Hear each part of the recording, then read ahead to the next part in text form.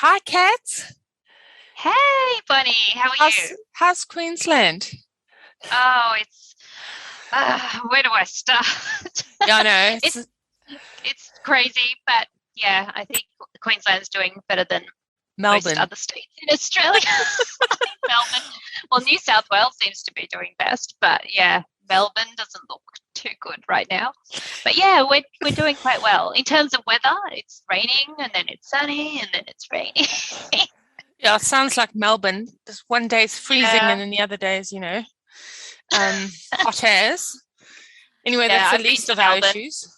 I know, right? Weather's the nice part of our issues. Well, it's not really an issue, is it? Anyway, um, lovely to have you on board. And Thank you. and Thank yeah, you so much. okay, sweet. Well, we'll start with I'll just ask, what are you trying to express through your work? We'll maybe start with that question.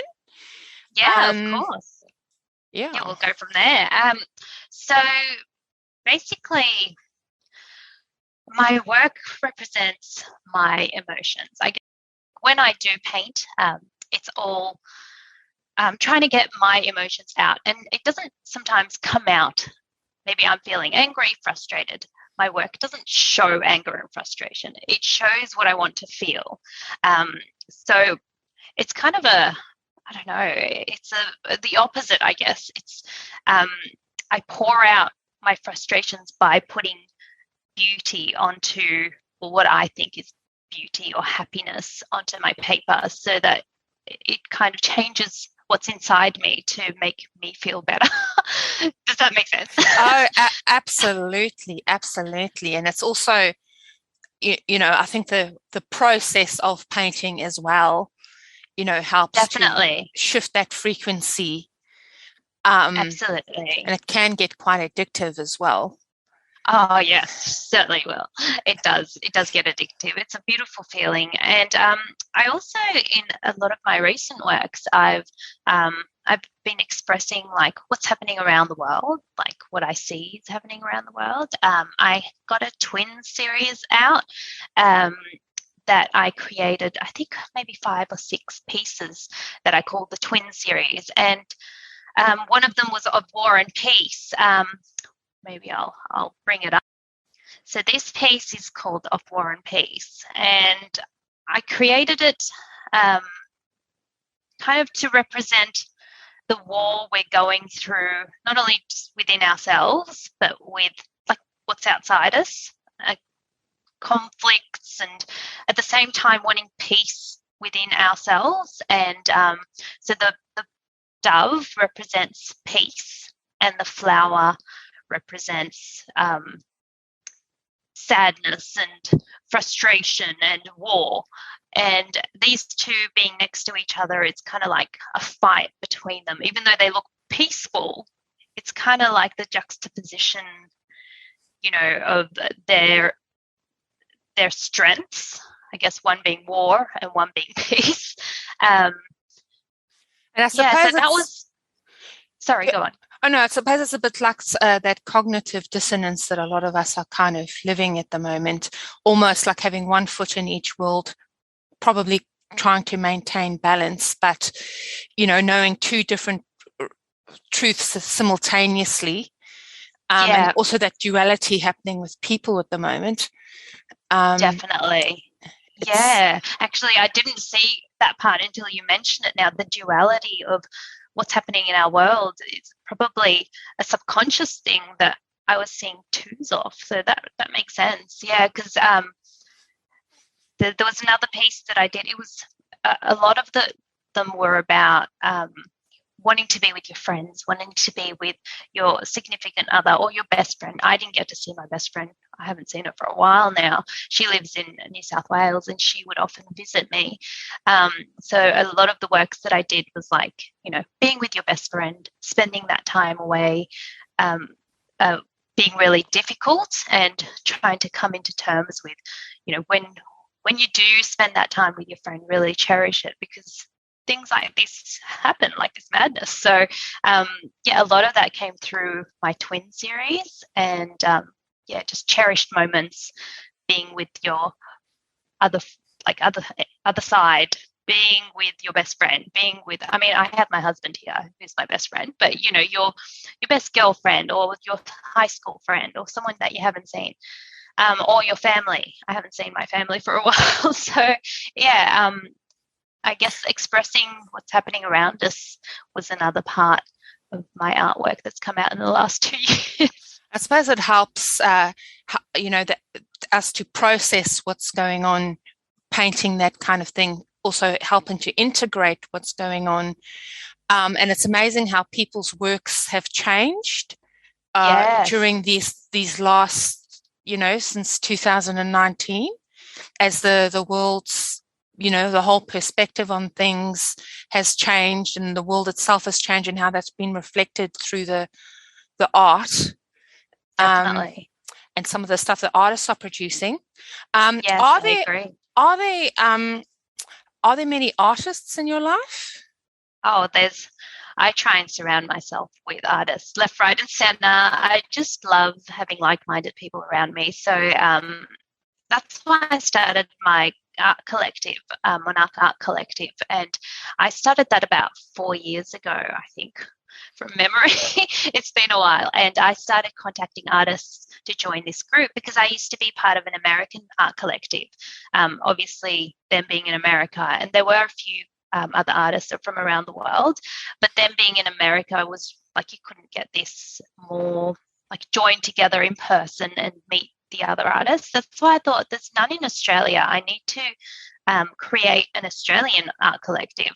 I don't know if since then other art collectives have come together in Australia, but I couldn't really find one. So I decided to kind of create my own art collective and started looking at artists that inspired me, that I thought were amazing and would do well. And I tried to kind of pick a genre that we'd all kind of be like similar, so that we'd kind of have the audience that would look at, say, pop surreals, because that's kind of what we're like, figurative pop surreal, what most of the art collective artists are. And when I looked at their work, I'd be like, oh, she'd be great, or he'd be great for this art collective. And I'd contact them through email. And I've had, over the last 4 years, 20 artists join, I think a few more than that. So I'm surrounded by these beautiful people, and I have since met many of them. A lot of them are in Queensland, and I've had one or two come up from New South Wales, and they've met us for our group shows.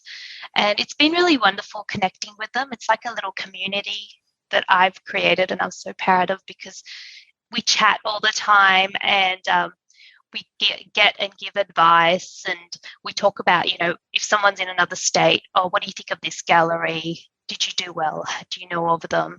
So it's really great having that connection with artists around Australia, because we're local, and we can give and take advice that's more relevant rather than international, which is a bit more difficult. Where do you guys socialize mainly, or where do you guys connect on which platforms? We have been chatting on Instagram mostly, but I have also created a private group on Facebook, and we post things on there and ask questions. But most of our conversations are through Instagram.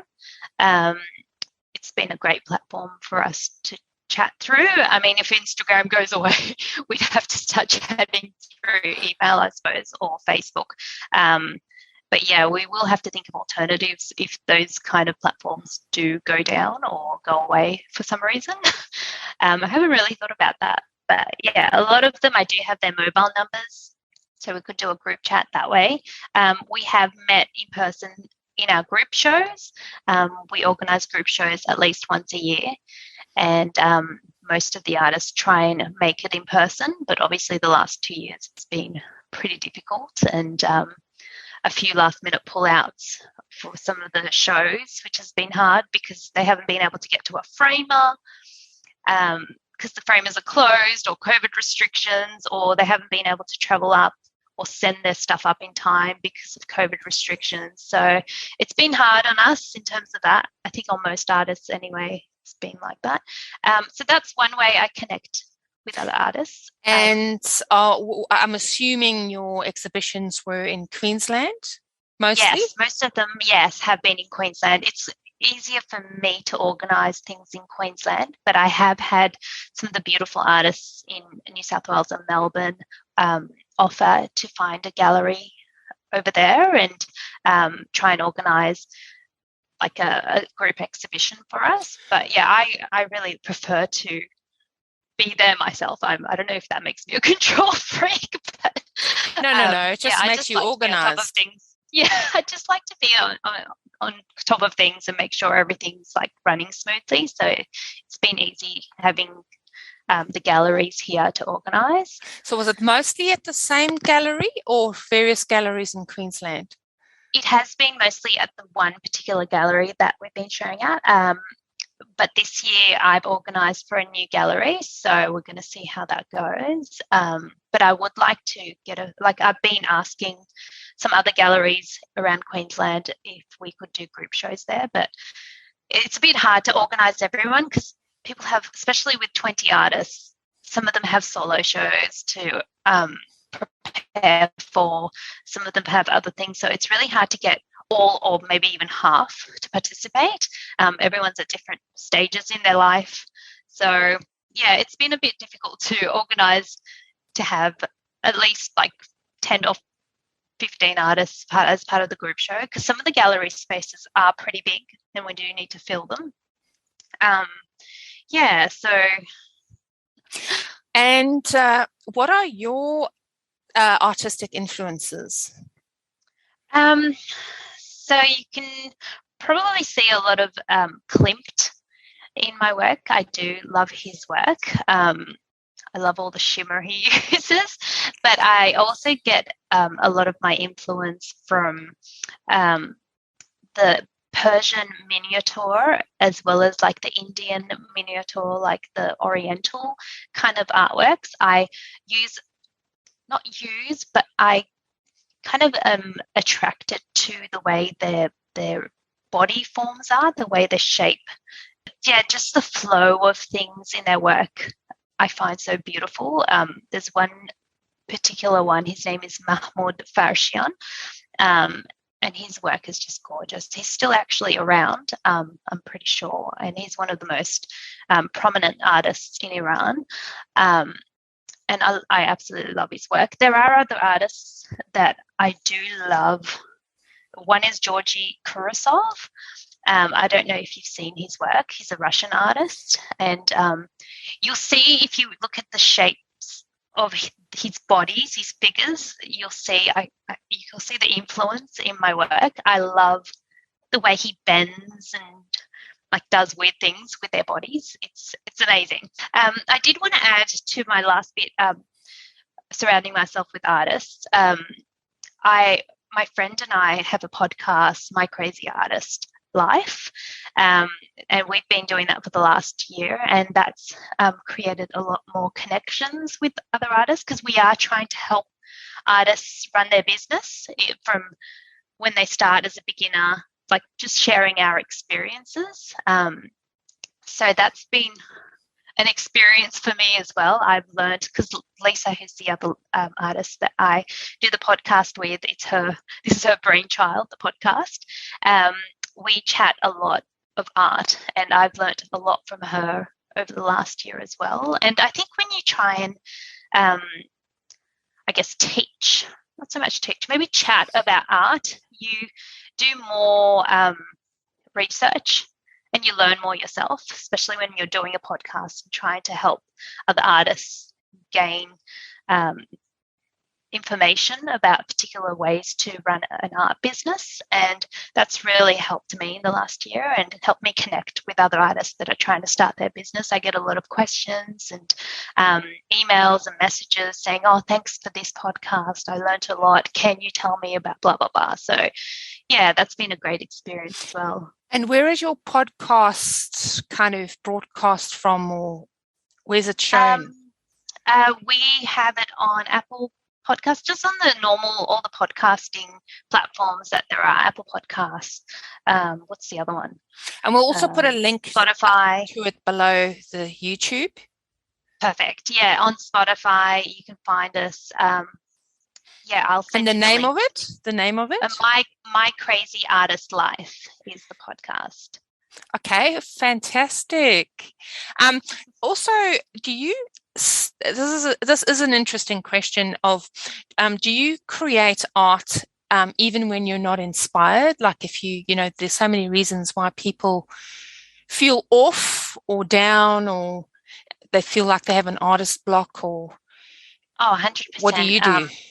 Especially in the last 2 years, you just feel really demotivated, like with all the negativity around us and all the fear that's around us. You just feel like normally you don't want to do things, but I push myself to actually sit down and do something no matter what.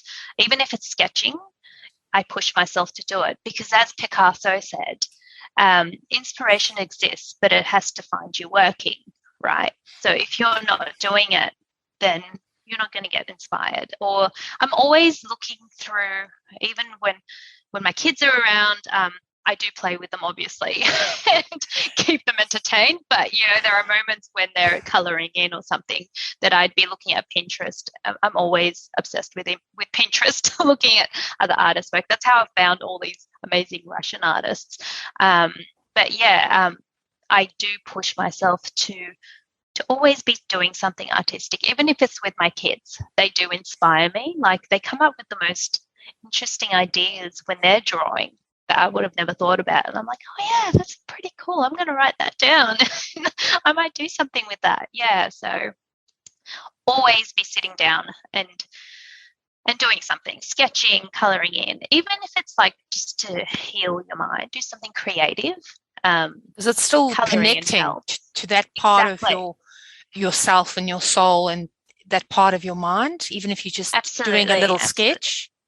Yeah, and it kind of helps you calm and shut out all the crap that's out there. For me anyway, I know art is very healing. It's been a big game changer for me. If I didn't have art, I reckon I'd be in the mental institution. Look, I totally concur with that. Through all the chaos, I mean, art basically does put you on a different frequency. Yeah. It is very therapeutic, and that's one of the first things I say to my students, and one of the most important things is that thing of perseverance and just you're not always in the mood or in the frequency when you start, but art is what puts you in the frequency. So you sometimes only feel inspired after you've been painting or drawing for half an hour. And so you just got to sit down and do it, basically. Exactly. So also, what are your views on art competitions? I do love them. I think they're fantastic. They're a great opportunity to get your art in front of eyes you wouldn't normally have, like those particular audience. Like if you're, say, applying for a competition that's in a certain gallery that you've had your eye on, it's a great way to get your artwork in front of those gallery owners, if you do make the final cut, obviously. And the other great thing about if you make the finals cut, you have something to put in your portfolio. I made the finals for this. So there's a few advantages. Sometimes competitions kind of rub me up the wrong way in terms of they kind of go for artists that are represented by them, which kind of makes sense because it is their business. But I've noticed with a lot of galleries, most of their finalists are artists that are represented by that gallery. And there are sometimes artworks that get in there. I mean, art is subjective, obviously. And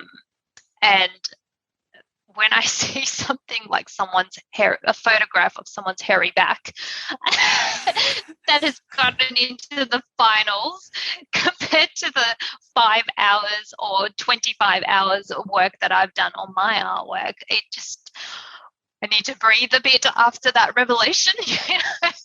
So yeah, there are things like that that kind of annoy me, but I guess it comes with the territory. Art being subjective, like you just never know what kind of judges you're going to get. Everyone has a different perspective and connects with art differently. So you've got to have this expectation of, right, I'm going to enter my work into this competition, and if it doesn't make it, it doesn't make it. At least it inspired me to create this work for this competition. So with regards to competitions, like I personally have looked at them and quite extensively, and obviously done quite a lot. And I have found that a lot of them seem to be a bit of a scam for various reasons, including the fact that a lot of the people who win are often involved with the actual gallery or staff members or whatever. And also, I mean, it is that question of, does art actually have any rules? And after having been teaching and things and studied the history of what's going on, and why skill is not really a very revered commodity in the contemporary art world. And I mean, if music has rules, art is basically the same. Yeah. Rules of engagement, rules of mood, rules of everything, so many different potential rules. And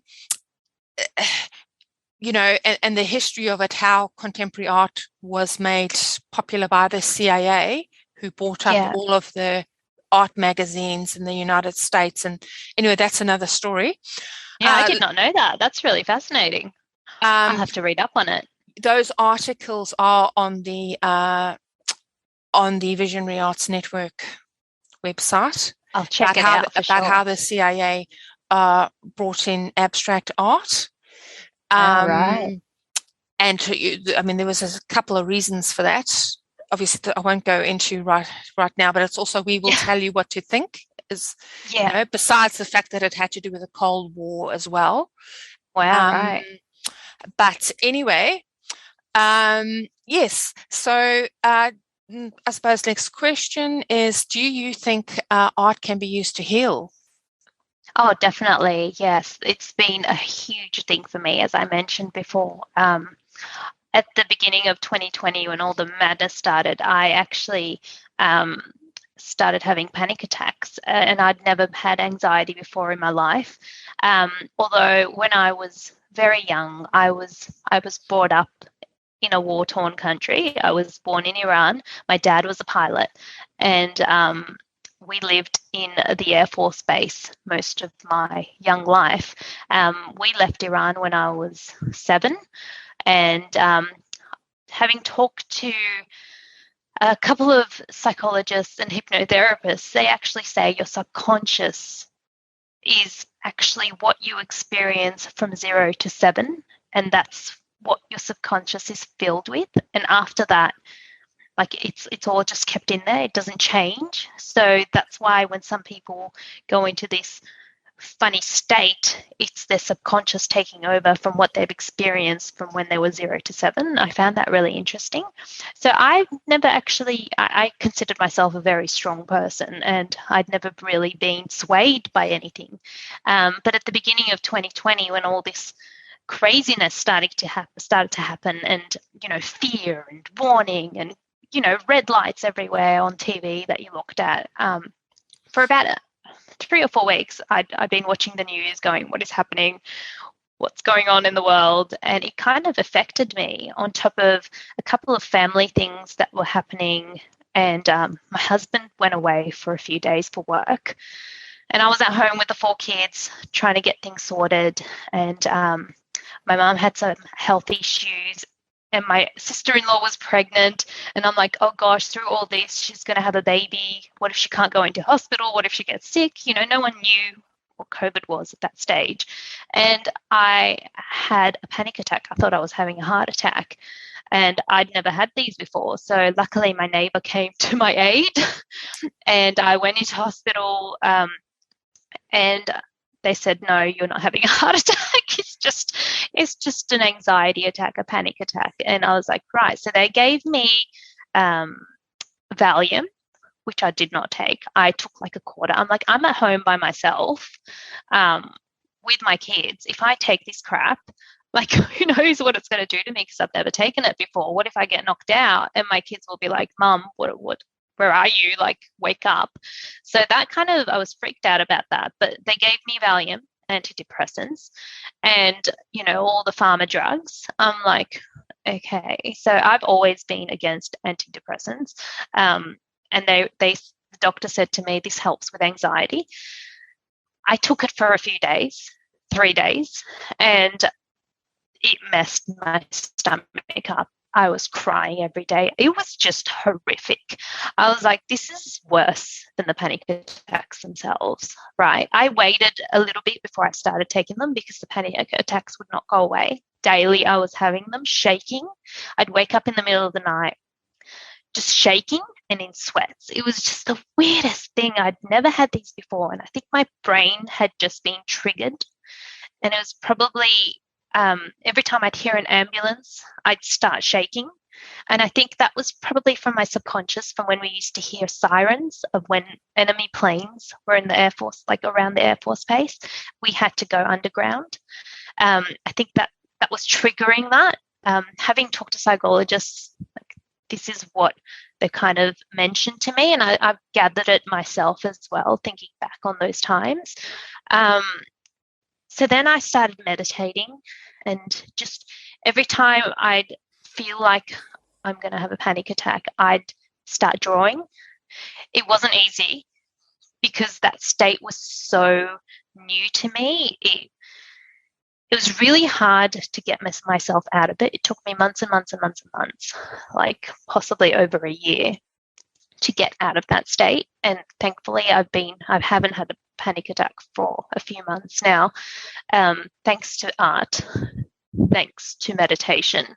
I stopped taking the antidepressants after 3 days because it was making me vomit, and I'm like, this is not the right way. There's another way that's not medicated way to do this. So meditation was huge. I'd never meditated before, but now I believe it like there's no tomorrow. It's an amazing way to do things. And art is also another form of meditation because you take your mind away from whatever the crap is that's causing these issues. So yes, art is super healing. You just got to really focus and, use it to your advantage. And, it's been a huge thing for me. And I think I would have ended up in hospital several times if it wasn't for art. And it's helped me come out of that state, thankfully. If I needed something to calm me, sketching, painting, it was just really soothing. So, that's my story the last 2 years. That's amazing. Was that during the Iran-Iraq war? Yeah, exactly. Conflict. It was. Yeah. So my dad was an Air Force pilot, and he was a lieutenant. So he was out fighting. And having experienced that, I'm kind of glad I have, because I sympathize with the people who have lived with anxiety for a long time. Like, I would never say to someone, you're making it up. For someone who hadn't had that experience from the outside, like, I understood my husband. Like, he would say to me, I don't get it. Like, just snap out of it, because he didn't understand. And I understood his point of view. Like, but, we'd have these conflicts because he didn't get it. And I was trying to explain to him.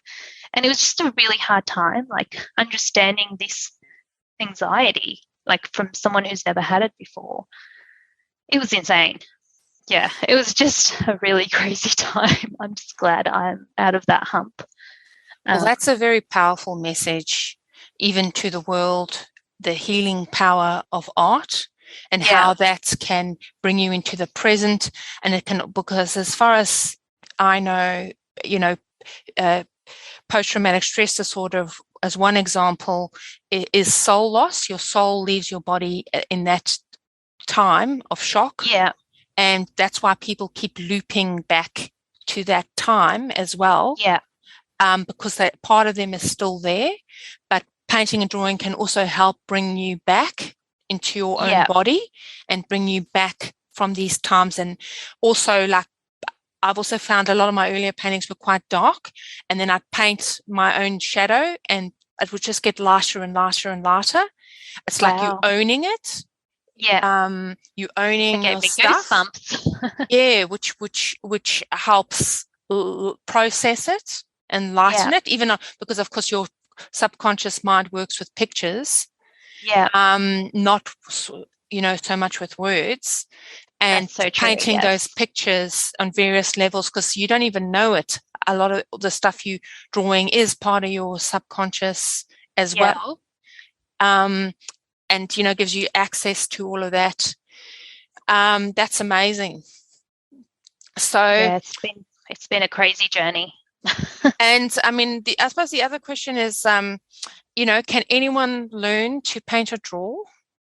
Oh, 100%. And if so, how? So I haven't had any formal, I guess, teachings to formal in terms of being college, university, that kind of stuff. I've never really done an art course. Learning art is practice, like any other skill. Practice, practice, practice. If you do it daily, you will improve. If you look at it daily, you will improve. Like, just even looking at other people's art, getting an understanding of color. Anyone can do it. It's just putting the hard work in. It's not something simple. I mean, some people are born innately with that natural kind of, they just know how to draw some things, or like it comes more naturally to them. But even then, like for me, I've always loved to draw. Like, there's a passion inside for some people, and others, they don't really care about it. But I think if you put yourself into the situation of drawing, for everyone, it is healing. It is something that's enjoyable. So anyone can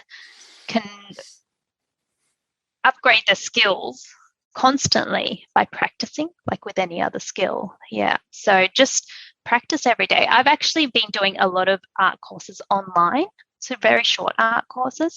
That's helped me a lot in the last maybe 2 or 3 years I've been doing it. I really enjoy watching others create, and it's helped me a lot with trying out different skills.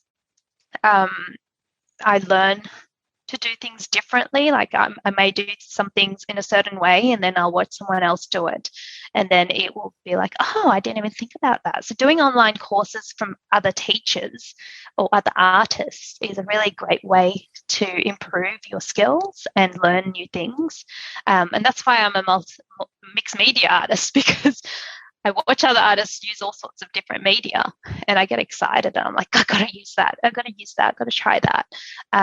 So I've kind of started using everything but the kitchen sink now. So would you say your primary medium is mixed media?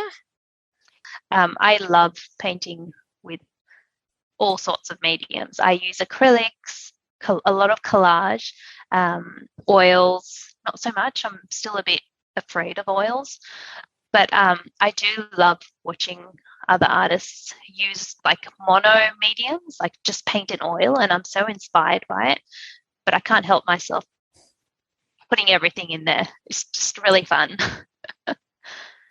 And I suppose the final question would be, how do you go about starting a new piece of art? So with all the sketching that I do in the times that I'm feeling not very motivated to paint, I have like 7 or 10, I don't know how many sketchbooks I have filled. I actually go through them and decide, say I've got a couple of shows. So for this year, for example, I have a show coming up in March that I need to do 4 paintings for, and I also have a group show in July, but we have a theme for that, seasons. So I go through my sketchbooks and look at them and go, okay, right, what fits this particular show? What suits? What would be perfect? And then I sketch onto a canvas, go from there. In terms of colors, I think it's just what I'm inspired by at that time, and I kind of look at the collage papers that I have and work out the colors that way. And yeah, most of them I start out from sketches I've done over the years and go from there. So I think that's been really helpful. So that's why it's always good to sit down and sketch, because you'll always have ideas that you can put onto your paintings. Yeah, and I do tell my art students the first thought comes from your intuition, your soul, and the second thought comes from your mind. Yeah. So sometimes it's good to have that intuitive thing about what to, and not to think about it too much. Yeah. Also, you know, about what, otherwise one can get a bit bogged down because you always have 1,000 different ideas and possibilities of what you could paint or draw. Definitely. I think that's what helps me. That's why having the sketches there for me really helps. I think if I know a lot of artists intuitively paint. They just sit down and they start putting paint onto the canvas, and then it just comes to them. Sometimes it does work like that for me, but on the rare side, mostly I need to see like what's going to go on there beforehand. Then when I do start it, I mean, my sketch might completely change. Yeah, exactly. After like you see it and you're like, no, this bit I'm not feeling it. This color's not right. Things do change over the course of the painting, but having that idea there for me first to start something always helps me. Yeah. All right, Kat. Well, thank you for that. And I suppose, is there any last words you might want to tell the viewers at all? Paint. Enjoy. Yeah, I mean, always be arting. Is that a word? Arting? That's your word. It's my word now. Yeah, those are my advice. Definitely don't ever stop arting, because it's joy, it's love, in my opinion. And yeah, I think it makes a better life for sure. All right. Well, thank you so much for chatting.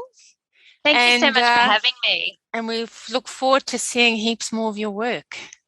Thank you so much, Bonnie. I'm honoured to be sitting here and chatting to you. It's been really great. Okay. Yay. Bye. All right. See you. Bye.